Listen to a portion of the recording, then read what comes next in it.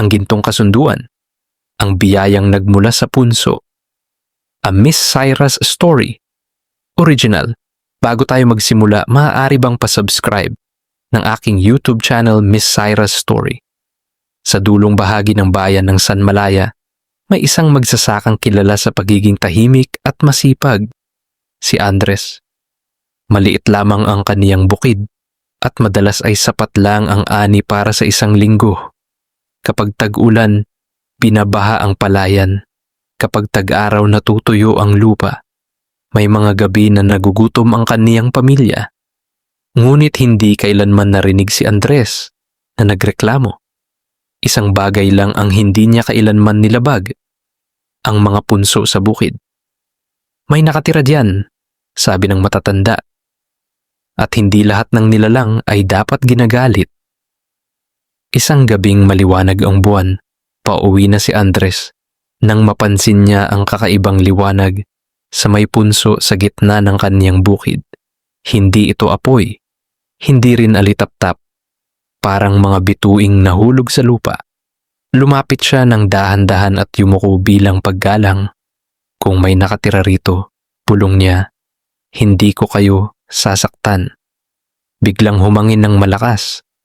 Bumuka ang lupa sa harap niya at nawalan siya ng malay. Pagdilat ng mata ni Andres, nasa isang kahariang hindi niya maipaliwanag.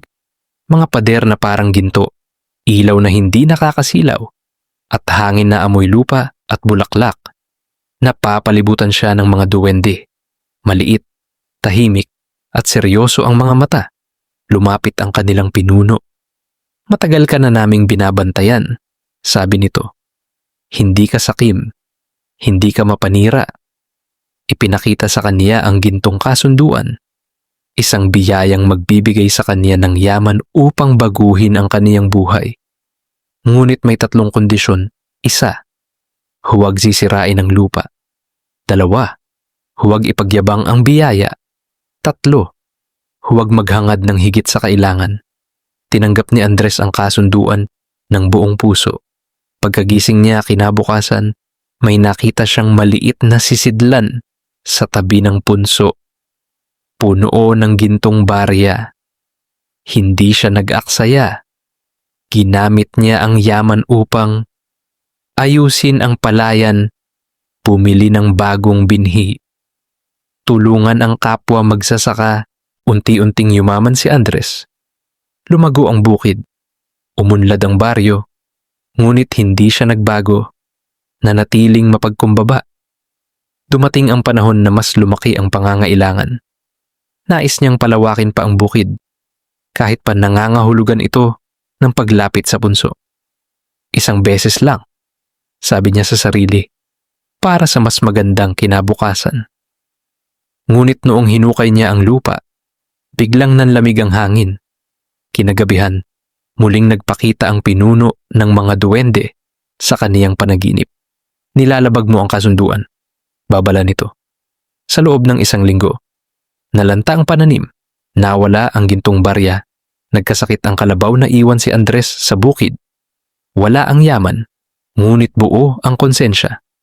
Lumuhod siya sa harap ng punso at humingi ng tawad. Isang umaga, bumalik ang sigla ng lupa. Hindi ginto, kundi masaganang ani. Napagtanto ni Andres ang katotohanan. Ang yaman ay pansamantala. Ang aral ay panghabang buhay. Mula noon, hindi na siya yumaman sa ginto. Ngunit hindi na rin siya naghirap. Ang biyayang walang paggalang ay nauuwi sa kapahamakan.